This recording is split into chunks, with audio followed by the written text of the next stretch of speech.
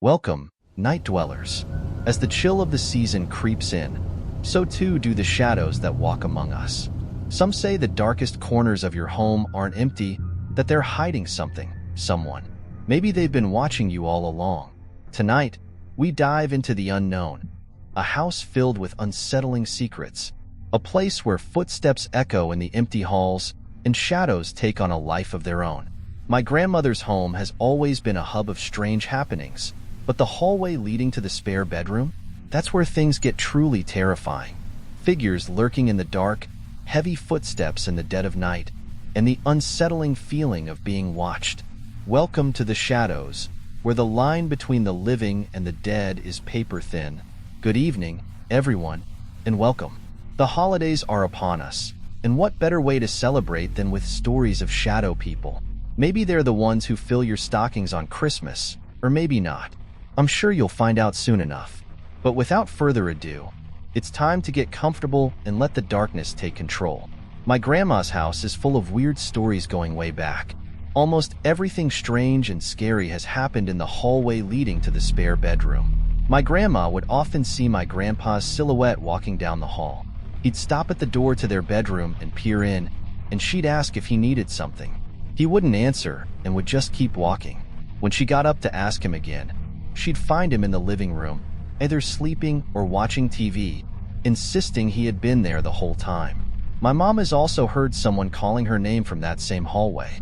Once, when we were house-sitting while my grandparents were out of town, we both heard heavy footsteps coming from the hall.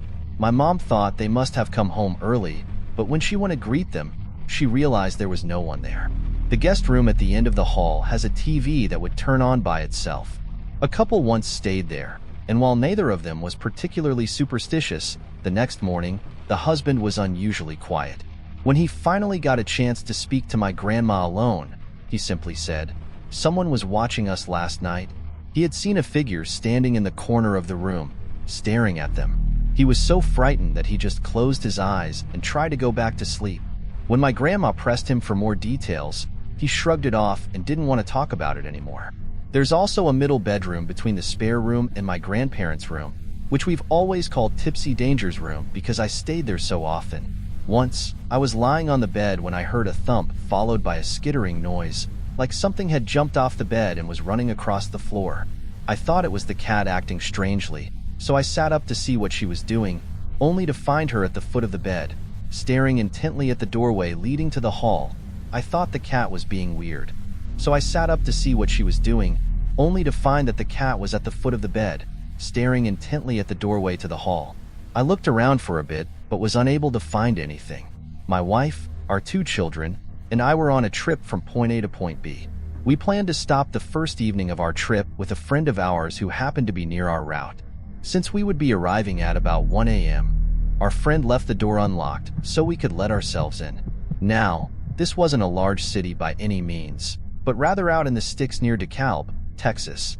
We slipped in as quietly as we could, went back to the room that had been set up for us, and proceeded to try and get some sleep. The room was roughly 10 by 10, typical of mobile home rooms. God, I love them. My 4-year-old daughter was on a pallet of blankets on one side of the room, and my son started off there too, but he got fussy. My wife picked him up and let him sleep with us on the bed. The bed was pushed all the way up into the corner, and I was sleeping against the wall while my wife had the outside, with our son somewhere in the middle. We closed the door, turned off the light, and it was pitch dark. Roughly an hour later, I heard my wife scream that someone was in the room. I opened my eyes and saw a black figure moving toward the door. I wear contacts, so I couldn't clearly see what I was looking at, only that it appeared to be human-shaped. I leapt from the bed and bear-hugged the intruder. The problem was, I couldn't get a hold of it. I could feel its body up against mine, but every time I tried to bear-hug it, my arms went right through it. I could see the blackness, feel the shape against my body, but I just couldn't grab it. I was pushed away from whatever it was and hurt. My wife screamed something about the light, so I went to where I thought the light switch was, and I felt something clawing and scratching on my upper body. I finally found the light switch on the wall and turned it on, only to see nothing. Absolutely nothing. Well, other than the damage that looked like a tornado had hit the room. My wife was still in bed, scared out of her mind. My daughter was cowering under a blanket in one of the open corners of the room, and my infant son was on the floor next to the bed. My wife was still in bed, scared witless. My daughter was in one of the open corners of the room, cowering under a blanket, and my infant son was lying on the floor next to the bed. Being the manly man that I am, I did the most sane thing I could think of. I opened the door to the room. The bathroom was fine, and the extra room was empty as well. I flicked on the light, but there was no one there. I turned on the next light I could find. Still no one. I checked the front door, and it was deadlocked and bolted from the inside. There was no way anyone could have left the house without unlocking the door from the inside. There were no other sounds, noises, or movement. I rushed back to our room and called a friend. Yes, I should have checked physically, but by that point, my adrenaline was wearing off, and panic was starting to settle in. Our friend answered and said she was okay. Then she walked down to our room as we tried to process what had just happened. My wife had calmed the baby and our daughter. They were all fine, but my wife had blood pouring from her mouth, could barely speak, and had deep scratch marks from her neck, down to her ears and onto her breasts. I had a fat, bloody lip, deep scratch marks on my chest, neck, and back, even though I had slept in a shirt that night. I also had what looked like carpet burn on the top of my right foot. The sewing machine table that had been in the room was now thrown across the floor, near where my daughter had been lying. After we calmed down and collected ourselves, we started probing what we had just gone through. I recounted everything you've heard, and my wife said she had heard the door open and felt a large black cat jump on her chest. It began crawling at her, its face pressed up against hers, making her feel strangled. The cat then started using its paws to strangle her. She gasped out that someone was in the room, which is when I awoke to see the black figure moving across it. All this was happening while our friend heard absolutely nothing. No shouts, no bumping around, nothing. Our friend, and most others we've told this story to, think that my wife and I were fighting each other in our sleep, which, honestly, I'm not ruling out. After all, my wife sometimes sleeps with her eyes open and used to sleepwalk when she was younger. We don't think this was the case, though. We've told a few other friends about the incident, and they've mentioned having similar experiences: big black cats strangling someone in bed, and another person waking up to see something, only for that something to get away. The next thing that makes me believe this wasn't just a bad dream were the wounds. My wife's scratches healed up fine, but it took 2 months for the scratches on my chest, neck, and back to completely fade. However, the carpet burn on my foot took 4 months to heal. We tried different medications, but nothing worked. By the time we went to the doctor, it had already started clearing up on its own, and he didn't want to do anything. He made a comment saying the spot looked like it had been burned. If you've ever seen a third-degree burn, it looked similar. Now, I can believe my wife might have made the scratches, but not what happened to my foot. You can still make out a slightly visible scar through my hobbit-like foot hair. I'm of the persuasion that these events were something spiritual. I owned a house down in South Georgia, near a small town called Moultrie, in the middle of nowhere. It was just a double-wide mobile home that had been seated on a foundation, so it qualified as a house for insurance purposes. Anyway, the house itself wasn't old. I lived there for about 2 years before moving up to Atlanta for a better job. While I lived there, I smoked often but always outside because I had kids. From my front yard, there was a large clearing across the road. It was overgrown with weeds, but you could tell there had once been something there. Within weeks of my family moving in, I began feeling uneasy when I was on the front porch at night. During the day, I felt completely normal, but there was something about the night that didn't sit right with me. I considered myself a believer in the paranormal and maybe mildly clairvoyant, so I knew there was something wrong. I felt like I was being watched. Many people have described these kinds of events, and I tried to convince myself it was nothing. I simply fixed the issue by smoking out back instead of on the front porch at night. One afternoon, my mom was visiting. It was a small family grill out, and we were walking around the front lawn, checking out the garden. The sun was near setting, and you could barely see the light fading over the horizon when my mom suddenly went wide-eyed and stopped talking mid-sentence. I asked her what was wrong, and she slowly lifted her hand, pointing in the direction of the aforementioned clearing across the dirt road from my property. As I turned to look, I saw a dark shadow transform from what looked like a crouching dog into a full bipedal humanoid shape. This thing was 10 feet tall. I mean, huge if it were human. I blinked and rubbed my eyes for a second before asking my mom, "Do you see what I see?" She confirmed by nodding, but was unable to find her words.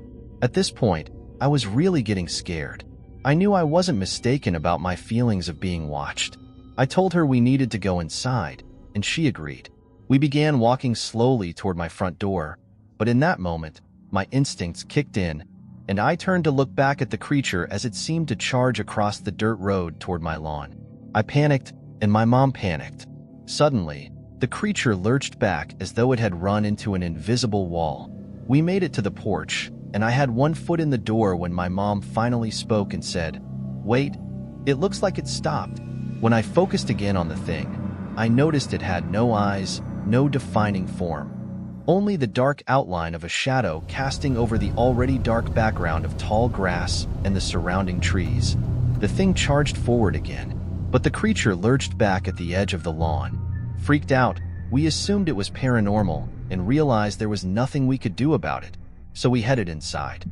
We told everyone there, but of course, they thought we were messing with them. Eventually, everyone went home, and then I discussed it with my wife, who told me to stop playing around. I wouldn't go out front at night again. Shortly thereafter, we moved to Atlanta. I knew the previous owners personally and contacted their son, who was a friend of mine, to see if they had ever experienced anything like that. They said no, but strangely, they had witnessed angels at the four corners of the lawn before. I'm not Christian and am barely religious, more of a spiritual person, so I went along with it since they are and listened carefully. Apparently, their dad was a pastor at a church and prayed constantly over the land and his family. Whether it's strange or not, the fact that they claimed to have seen angels at the four corners of the lawn, while I had just witnessed something attempting to enter the lawn and almost being pushed back to the edge, was unsettling. The story ends anticlimactically with me simply not going outside at night anymore. At least not to the front. We moved and tried to forget it happened. I've since rented the place out to another family, and I haven't heard them say anything about it, although I did request that they keep an eye on their kids and not let them cross the road there. I later found out that the house that used to be on that property had a small family living in it. The teenager actually went to middle school with me, but I never knew him. He ended his own life 3 years before I moved there, and the house across the street was demolished shortly thereafter. I won't ever cross the street again, and I wouldn't advise anyone else to do so either. When I was a child, I woke up to footsteps on the roof of my apartment as I lived on the top floor. It sounded like something was running across the roof. Being a young child and not really understanding what Christmas was, I ran into my parents' room as they slept, excitedly telling them that Santa and his reindeer were on the roof. I woke up and told my parents to go back to sleep since it wasn't anywhere near Christmas. After that, I returned to my room and closed the door. I lay in bed and clearly remembered seeing a tall, shadowy figure. I can't remember anything else about what happened after that event. All my life, I've seen shadow figures and had dreams about gray aliens performing medical-type experiments on me. I've even woken up with scars that looked like perfect incisions made overnight, and they healed completely. Once, I awoke in my grandparents' backyard around 1 o'clock or 2 a.m. with my Siberian husky and my ex-girlfriend. We were sitting on a picnic bench, just looking at the stars. The night sky was filled with stars, and I kept seeing them move back and forth as if they were objects in space being flown by some intelligence. They lived in a rural area with practically no light pollution, so you could see so many stars. It was quite beautiful and breathtaking. On this particular night, we were facing the forest, with about 4 acres of my grandparents' yard between us and the trees. Suddenly, we began to hear loud screams that didn't sound human. It was nothing like a fox or an owl. The closest home was a mile or 2 away. Then, all of a sudden, my husky started barking at something in the field. My ex and I assumed it would be a deer or something like that since only the dog could see it. The field was large, making it hard to see, so we calmed down the dog and tried to ignore him until he began snarling. I got down to the dog's level and tried to see what area of the field he was looking at. I focused my eyes and saw a tall figure that made a screeching sound I had heard before. Instead of trying to run after it, my dog, on a leash, tried to run away. My ex and I bolted inside as she also saw it. Take it as you will, but when I lived in that house, I always felt like I was being watched, even when I would walk upstairs, which made me run up them as I felt something was behind me. I had a dream the other night that was elusive, but it reminded me of a time I was with a guy I had never seen before, yet he seemed familiar. He was wearing big over-ear studio headphones and proceeded to take them off and place them on my head. As soon as I did, a folk rock song started playing as clear as day, a song I had never heard in my life. Suddenly, the guy morphed into a gray-brown type of alien, and my surroundings changed. I found myself lying on a medical procedure table inside a craft, and I instantly awoke, starting to cry. The alien in my dream had an insane level of detail, and anytime I think about that event, it reminds me of seeing the tall shadow figure behind my door when I was a child. It makes me cry and sends chills throughout my whole body. Thank you for letting me share my stories. They have bothered me my whole life, and I haven't shared these events and dreams with anyone except my current girlfriend. Now at 31 years old, I figured it was time to share, regardless of what people think of me. When I was a child, I lived in the Mojave Desert, which is ground zero for many paranormal events, notably Roswell and Area 51, along with countless abandoned towns that make everything even creepier. I lived relatively close to Edwards Air Force Base, which was pretty much Area 51 before we even knew Area 51 existed. In my childhood home, there was never any yelling or fighting. My parents were married and still are, and I was not abused in any way. Initially, I thought what had happened was a result of my parents hitting me for some reason, but I didn't see their faces because they did not have any features. I remember that night so vividly, but I didn't know about shadow people until I was around 15 or 16. Even then, I didn't connect that I had experienced them. It only recently clicked for me when I thought back to that experience. One night, I was getting ready for bed and taking a bath, playing around with the bubbles. I woke up feeling a presence, which I initially thought was my parents. However, these beings had no faces and were just shadows. I had a nightlight, so I could tell that something was there. I saw 3 or more of these shadow people moving around the front of my room, talking to each other about me. I couldn't hear exactly what they were saying, but I knew they were speaking because they kept pointing at me and huddling together, as if discussing what to do next. Surprisingly, I wasn't afraid of them. After watching them for a moment, one of them suddenly shot over and put me in a chokehold while pushing me onto the pillow. I couldn't breathe and was squirming around, trying to free myself. During this chaos, I saw what looked like a kaleidoscope. It felt like I had fallen into it. It reminded me of when you play a PS2 game, and the camera falls into that abyss of fog when it boots up. In my panic, I thought to myself, that's the last time I put soap on my head. I've never been abused, but I can imagine that's what it felt like. I eventually fell into a deeper sleep. The next morning, I went to my mom to tell her about it. At this point, my only experience with anything even slightly paranormal was the movie Monsters Incorporated, so I didn't have the vocabulary to describe what those beings were. My parents were super conservative and Christian, so they didn't allow us to learn about things like that. The conversation went like this: Mom, I saw Scully last night and he hurt me. Scully's a nice monster. He wasn't nice to me. Hella spooky. After that, I didn't sleep for 3 straight days and had several panic attacks. My mom kept giving me Benadryl to make me go to sleep, but it just made me hallucinate and become even more afraid to sleep. I straight up saw bugs crawling out of the walls. Thanks, Mom. I was convinced that if I went to sleep, I would be attacked again, and this time I would perish eventually. I did fall asleep, and fortunately, nothing has happened to me since then. When my family first moved into our new house in the country, I was happy about finally getting out of our previous home that was haunted. Unfortunately, it wasn't even a week of being there before the activity started in our new house. I still remember the first event that started the whole thing. I was in the house alone while everyone else was outside. I had to run out and ask my mom something, so I went through the kitchen on my way to the back door. The faucet was not running when I went past it on my way out, but as soon as I came in, I found it running full blast. Not just the cold water had been turned on, but the hot one as well. This was an event that happened several times to everyone in the house. Not to mention the dishwasher would start itself in the middle of the night, which as kids, we were blamed for, of course. That is, of course, until it started right in front of my stepdad. He called a repairman to check it out since it happened so frequently at first, but there was nothing wrong with the switch, and the repairman showed us that it was impossible for the thing to start itself. We, as a family, talked about these little events in general conversation from time to time. But there was another event that we were all experiencing that we didn't talk about because it was the kind of thing that was questionable. I had been seeing what looked like someone walking past the windows of the house from the corner of my eye almost daily, but felt you've been saying something since I never saw it while I was looking at the window, and when I ran out to see who was there, of course, there'd be no one since no one else had mentioned seeing this. I had the idea that perhaps I was the only one until we'd been there around 8 months. We were all sitting in the living room watching TV when I saw someone go by one window.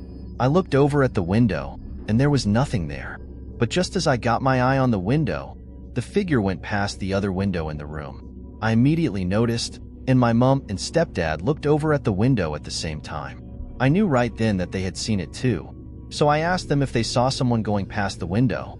They and my brother all said yes, and we sprinted out running to see who it was. There was no one. When we came back in, I opened up and told everybody that I had been seeing the thing the whole time. At that point, everyone came out and said they'd been seeing it too, which gave me a huge feeling of relief. At least I wasn't crazy. We had all been seeing it regularly, but were too afraid to say anything for the same reason I didn't. The shadow people we were seeing in the corner of our eyes continued for several years after we moved in, and then it just suddenly stopped out of the blue. For a while, my mom told me later, after I was out of the house for a while, that she was occasionally seeing it again. When I brought it up, it was just another one of those weird things that happened in the house, but we all eventually had to get used to. I would be reading or playing with my toys, and as all young children do, I began to reminisce about recent events and conversations. Then, as I remembered something specific that was said, I would literally hear a spoken word or two whispered directly into my ear. It would shock me because I knew I was alone. What used to scare me was the black shadow man, who I would then notice standing there. The second my eyes tried to fixate on and rationalize what I was seeing, it would instantly disappear. He was always wearing a thin-brimmed hat. This all happened in South Florida. I never felt paralyzed, and every time I saw him, I was wide awake in broad daylight. I saw him when I was playing in the living room, and only at one particular house. It was unnerving. This started 1 year ago, around the beginning of September 2017. I would occasionally wake up in the middle of the night to strange noises coming from the hallway and seeing strange shadows walk past my open door. As the months went by, they got worse and worse until it happened in September 2018. I was lying on my bed, tossing and turning, trying to sleep with the worst paranoia I've ever experienced. After hours of attempting to fall asleep with no result, I finally decided to go into my mom's room. I slowly climbed out of my bed, grabbed my flashlight, clicked it on, and began slowly walking out of the room, flicking my head back and forth, scanning my surroundings. It seemed to suffocate me. I walked through my kitchen to get to my mom's room, where the clock read 2:15 a.m. I walked straight to my mom's room just to see my two little sisters already hanging up the bed. Now, I know that I'm 14, but sometimes being scared makes you feel vulnerable. Out of the corner of my eye, I saw the lamp illuminating my sister's room, and I made my decision. I went to Lee's and Olivia's room and jumped in the bed, keeping the lamp on. I hoped the wall and finally managed to obtain slumber. The next thing I remember, I was sitting up in bed, staring at the black abyss beyond the open door.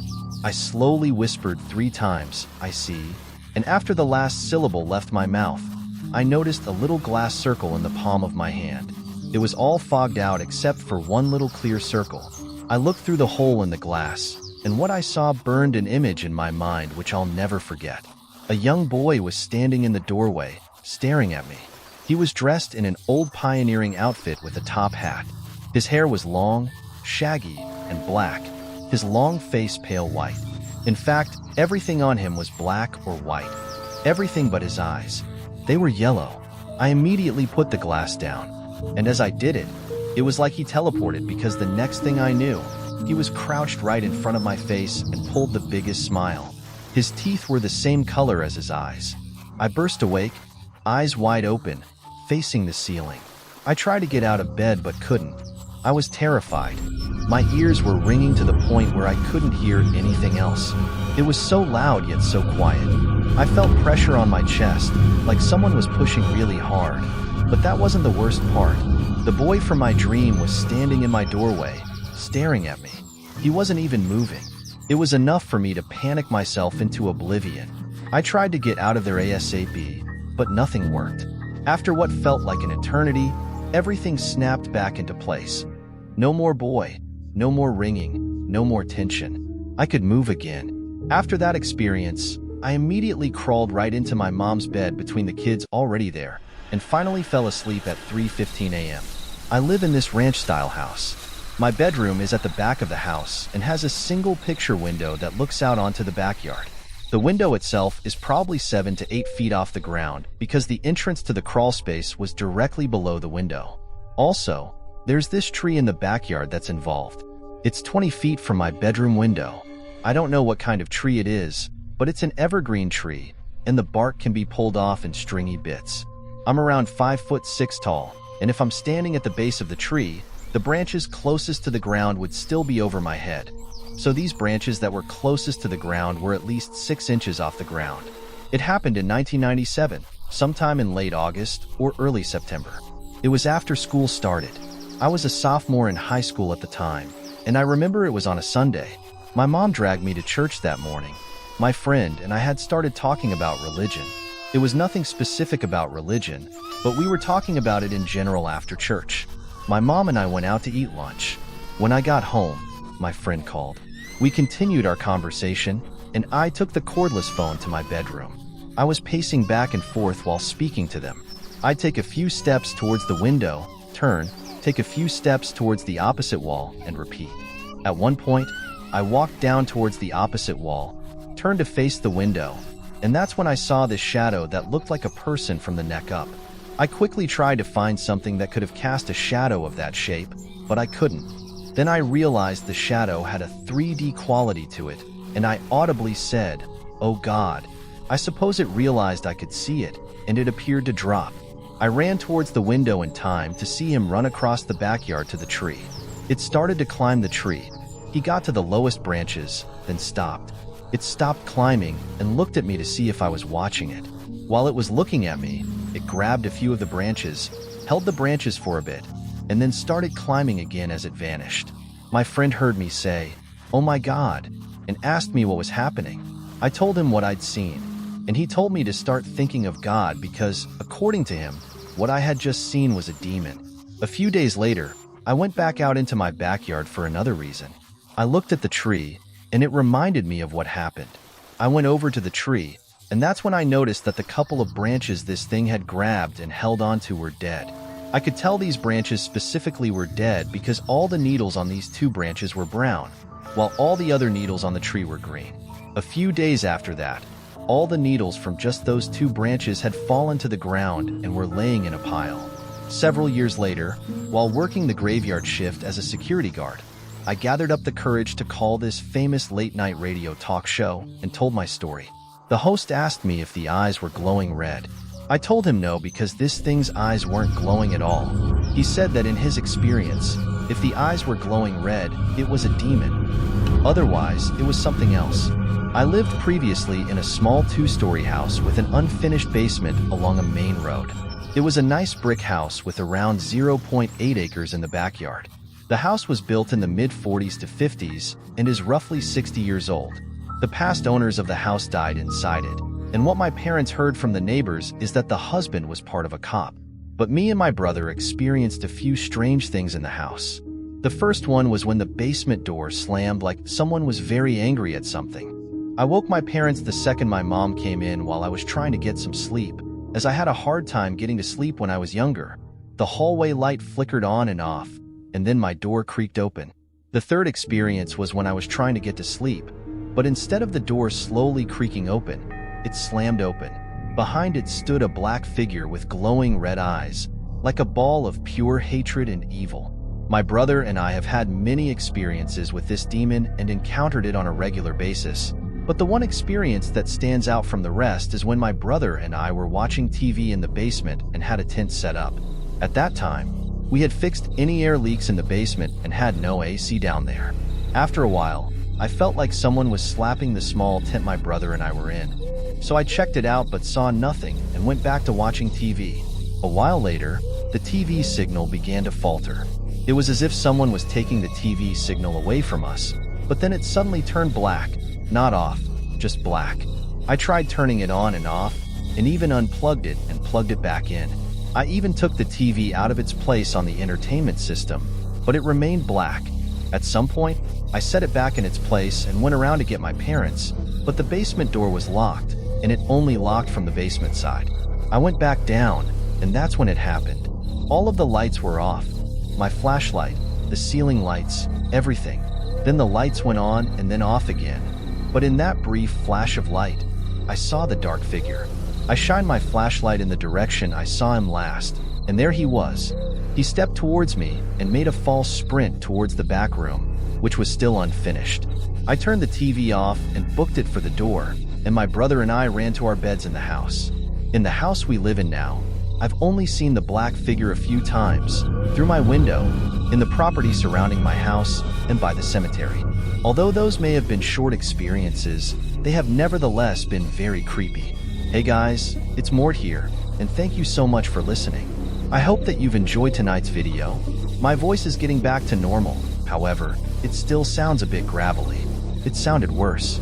Part of me thought it sounds better than my regular voice, but in truth, it hurt to narrate when I tried the other day, so I couldn't keep it up. I do hope that you all enjoyed tonight's video. I actually really enjoyed tonight's Shadow People tales. I don't do this topic anywhere near as often as I should, but it is quite fun in my opinion. If you liked it, please don't forget to let me know in the comments and drop a like. If you're new here, be sure to subscribe and press the bell icon to be notified each and every time I post. I normally post pretty frequently, so what do I have in store for you? I'm hoping to have videos coming up every day for the next while. Well, every day until, even on Christmas. In any case, I wanted to tell you something that happened to me yesterday because it has been an absolute nightmare. I put it in the secret message section, so if you read it yesterday, you get your fill of what happened. Essentially, we have family around, not at this very moment. They've gone to the mall, but we have family around who are going to be staying with us for a week or two. We rented a car under my credit card because you need to leave a deposit physically in person, and the place we rented it from is 4 hours away from the airport they arrived at. So, yesterday, I made the 4-hour trip and showed up, but the car rental people never showed up, as they specified. It was strange. Before my family arrived, the rental people never answered the phone for half an hour. When they finally did answer, they told me very blasé that they didn't have the vehicle because it was damaged. It was in the garage or the repair shop, whatever you call it, and that it was just too bad. They could offer me a 5-seater instead of the 7-seater I had rented, but I said no. I didn't want that. I wanted the 7-seater or a refund. They didn't seem keen to give me either. In all honesty, I booked this through Expedia as well because I thought Expedia was quite trustworthy, and yeah, I got this really bad service. So then we were all stranded at the airport. It was raining really heavily, and they had just arrived, and we weren't having a good time. After a lot of deliberation, we had to get a taxi back to our house, which, as you can imagine, was a bit like a mini bus. It took 4 hours, and it was hard in the pouring rain, not to mention a little bit expensive. So yeah, it was just pretty annoying because the rental companies weren't delivering on their promises, and the rental company was being unhelpful. A taxi driver, halfway through, was like, "Hey, we've been through 2 roads, so you're paying those, right? We had agreed beforehand that we'd pay half and half." So yeah, it was a lot of stress yesterday, which is why a sales video was delayed. I did it in the morning, and then come the evening, when I got back much later than I thought I would, it was delayed. Sorry about that. In any case, I do hope that you enjoyed yesterday's video if you saw it. Yeah, it was a pretty stressful day. Oh, and to add insult to injury, when I woke up this morning, I got an email from Expedia saying there's a one-time thing. As a courtesy, the company is willing to give you a refund, even though you were a no-show. It just made me so angry because they're the ones who didn't show up. Not to mention the fact that another car rental company guy was like, "Yeah, I can give you a car." He quoted me nearly $2,000 for 2 weeks, which is mad. I can't afford that. So I said to him I can't afford that. I'd paid way less. He was like, oh, they probably have the car. Or I'm planning to rent it to someone else, but because you paid so little, they don't want to rent it to anyone. That's why they just didn't show up. And I was thinking, geez, that's really out of order. And that's the story I wanted to share with you today. These strange and stressful experiences have truly left a lasting impression on my mind. Although things didn't go as planned, I hope these moments have brought you some enjoyment and entertainment. If you like this story, don't forget to give the video a thumbs up and share it with your friends. I'd love to hear your thoughts on my experience, so please let me know in the comments below. And if you haven't subscribed to the channel yet, make sure to hit that subscribe button and turn on the notification bell so you won't miss any future videos. Thank you for watching, and I'll see you in the next one.